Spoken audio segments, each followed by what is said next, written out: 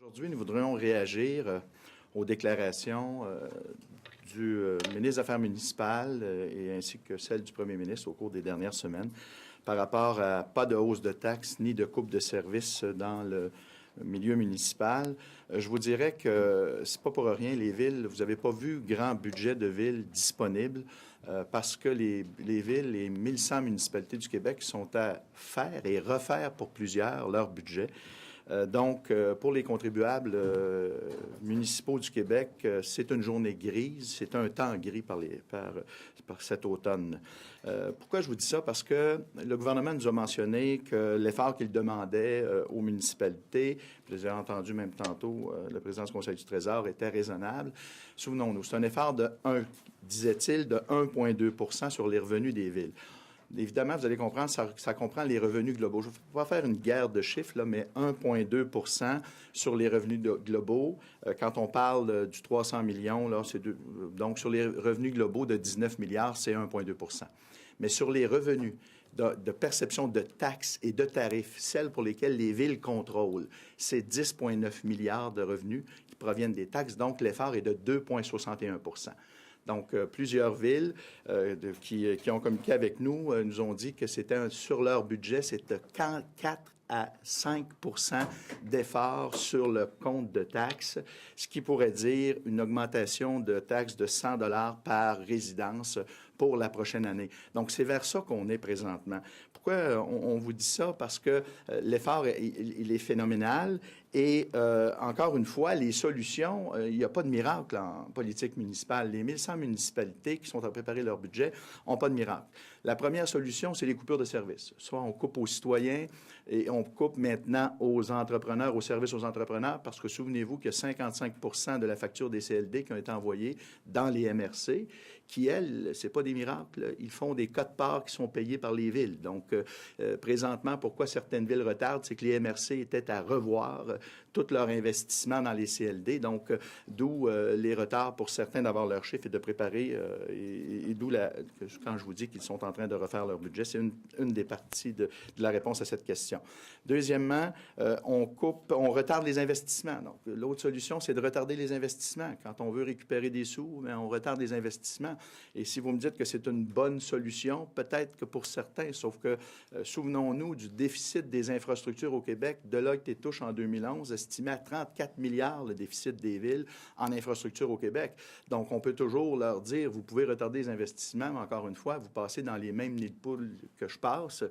Souvent, c'est simple de dire, on les remplit, les nids de poules, mais le problème, souvent, c'est la route elle-même. Là. Quand il y a une rue ou une route qui a plusieurs nids de poules, c'est parce qu'à quelque part, la fondation, elle est à refaire, puis c'est un investissement majeur. Donc, ça, présentement, donc, certaines villes reporteront des investissements. Et la troisième solution, celle qu'on pense qui va être utilisée le plus, c'est l'augmentation de taxes. Donc, on estime qu'il y aura plus de la moitié des contribuables du Québec qui vont avoir un effort important là, dès que les budgets seront rendus disponibles. Et ça, il y en avait une, quatrième solution, mais le ministre des Affaires municipales, avec le rapport Robillard, l'a rejeté du revers de la main, qui est le droit de l'enquête aux villes. Parce que, à quelque part, si on veut redonner de l'oxygène, ben évidemment, la grosse partie des dépenses de l'administration publique, que ce soit au municipal, que ce soit ici à Québec au provincial, c'est la masse salariale. Donc, une des recommandations de la commission Robillard, c'était de donner le droit de l'enquête aux villes. Et là, le ministre Moreau, ce matin, a rejeté ça du revers de la main. Donc, il n'y aura pas d'oxygène qui va être donné aux villes par rapport à ça.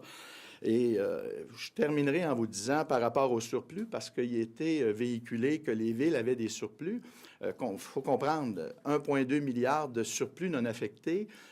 Puis je vais reprendre ce que disait la présidente de l'Union des municipalités du Québec. C'est, évidemment, c'est le fonds de roulement. Là. C'est 7 parce que les villes n'ont pas le droit de faire de déficit. Ça représente à peu près 7 % des revenus des villes, alors qu'en Ontario, pour le même objectif de fonds de roulement, ils ont 14 %. Et là-dessus, il faut que je vous dise qu'il y a 1,3 milliard d'investissements qui sont prévus au budget. Donc, on a du fonds de roulement, mais on a aussi des investissements prévus à même le budget qui est à peu près l'équivalent de ces sommes-là. Donc, c'est pour vous dire que on pense sérieusement à la Coalition Avenir Québec, que le gouvernement, encore une fois, se sert des villes pour sous-traiter les taxes. Il le fait avec les commissions scolaires, et l'effort sera supérieur au taux d'inflation. Donc, encore une fois, on va enlever dans la poche des contribuables du revenu disponible pour faire rouler l'économie. Donc, c'est rien d'intéressant par rapport à cette situation-là. Donc, je suis maintenant prêt à répondre à vos questions. Que pensez-vous de la croissance des dépenses des municipalités à 5,8 %? Bien, d'abord, premièrement, la croissance des dépenses des municipalités, d'abord, il y a eu un pacte fiscal qui a été signé en 2006 qui a redonné de l'oxygène aux villes. On vient de les en enlever, mais on les en avait redonné pour qu'ils fassent des investissements. Et il y a 1100 municipalités au Québec, là. Donc, moi, je suis un député de banlieue, je suis à Blainville. C'est une ville qui est en croissance.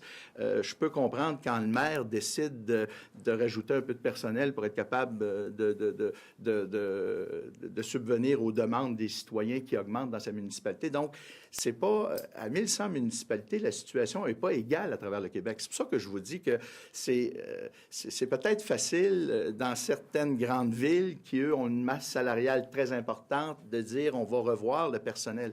Mais dans beaucoup de villes et dans des villes de région, le personnel a déjà été revu. C'est presque 6 % Le gouvernement est à 1,3 %. Bien, écoutez, par rapport à cette augmentation-là, il faut comprendre que si, et là, tout le détail des budgets qui sont donnés, s'il y a une augmentation par rapport à régler une partie du déficit en infrastructure, je pense qu'elle est justifiée. Quand tu as 34 milliards de déficit en infrastructure, il faut à un moment donné que tu remettes un peu plus d'argent pour être capable de régler ton problème de déficit en infrastructure. 8 % par année. Bien, écoutez, une des façons de régler ça, c'est le droit de la carte, puis régler les conditions de travail. Et ça, encore une fois, moi, je peux vous donner l'exemple du projet de loi 3, où la Coalition Avenir Québec proposait qu'à la fin, ce soit la Ville qui tranche. Et on a choisi, encore une fois, de l'arbitrage. Les relations de travail sont une partie importante de cet écart-là. Et encore une fois, il va falloir, quant à nous, il aurait fallu que le gouvernement ne rejette pas tout de suite du revers de la main le droit au local. Le président du Conseil du Trésor a quasiment passé une commande aux municipalités en disant 5,8 %, c'est insoutenable. Il faut réduire cette croissance des dépenses-là. Et pensez-vous que les villes peuvent y arriver? Bien, écoutez, parce que quand vous regardez la croissance, quand vous regardez l'augmentation de la masse salariale par rapport aux dernières décisions arbitrales, les villes ont contesté, c'est les arbitres qui ont tranché. C'est un modus operandi qui est à la grandeur du Québec. Quand il y en a une qui passe devant l'arbitre, les autres, on se sert de cette décision-là pour avoir une influence sur les autres. Donc, les relations de travail sont une bonne partie du problème dans les villes, et ça, il faut être capable de leur donner. Ils n'ont pas le choix que le gouvernement du Québec a avec ses propres employés. Le gouvernement du Québec, à la fin, peut trancher, alors que les villes ne peuvent pas le faire. Globalement, M. Laframboise, quand on regarde l'évolution de certains dossiers au gouvernement, exemple, les dépassements de coûts faramineux pour l'informatisation en santé. 1,6 milliard. C'est 3 fois plus que le gouvernement avait prévu. Les dépassements de coûts pour le CUSUM, pour le CHUM, la lune qu'on a donnée aux médecins. Est-ce que le gouvernement lui-même ne doit pas donner l'exemple avant d'aller piger dans les poches des citoyens?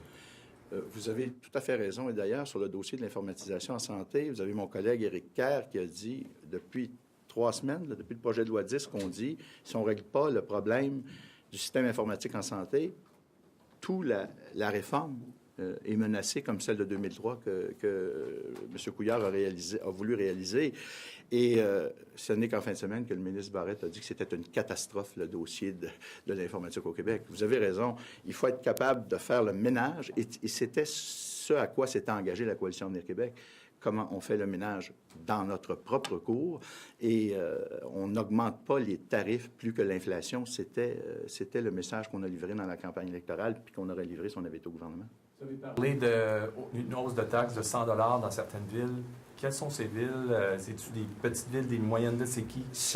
Nous, on estime que plus de 300 municipalités qui peuvent représenter plus de la moitié de la population du Québec vont avoir un impact important qui va être plus élevé que l'inflation. Et ça, encore une fois, je vous le dis, les chiffres sont têtus. Les miracles, ça ne se fait pas. quand on manque de revenus, je reviens aux 3 solutions. C'est qu'il faut soit couper dans le service aux citoyens ou aux entrepreneurs, soit reporter des investissements ou soit augmenter les taxes. Et beaucoup de villes choisiront probablement d'augmenter les taxes. Et encore une fois, je les blâmerai pas comme le gouvernement, là. Mais bien au contraire, il faut qu'ils gèrent la municipalité. Ils sont 1100, ils connaissent leur ville beaucoup plus que le gouvernement du Québec qui a de la misère à gérer ses propres effectifs puis ses propres dépenses. Donc, encore une fois, moi, je fais confiance aux villes, mais s'il y a des augmentations de taxes, à quelque part, et surtout à ce moment-ci de l'année où ils sont en pleine préparation de budget, je vous dis, tu aurais voulu avoir un pire scénario, tu n'aurais jamais fait ça. Ça serait à cause que les municipalités ont un quelconque rôle à jouer dans l'atteinte de l'équilibre budgétaire?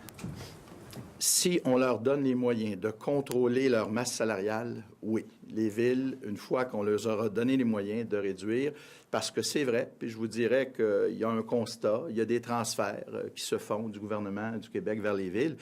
Mais, tu sais, quand on voit la recommandation du rapport Robillard qui dit, bon, ben, on va piger dans les enlieux de taxes qui sont versés sur les immeubles du gouvernement, ce sont des immeubles pour lesquels les villes fournissent l'aqueduc, fournissent les égouts, ramassent les vidanges, je veux dire, donnent le même service à ces immeubles-là qu'ils donnent aux usines, aux industries, puis aux résidences.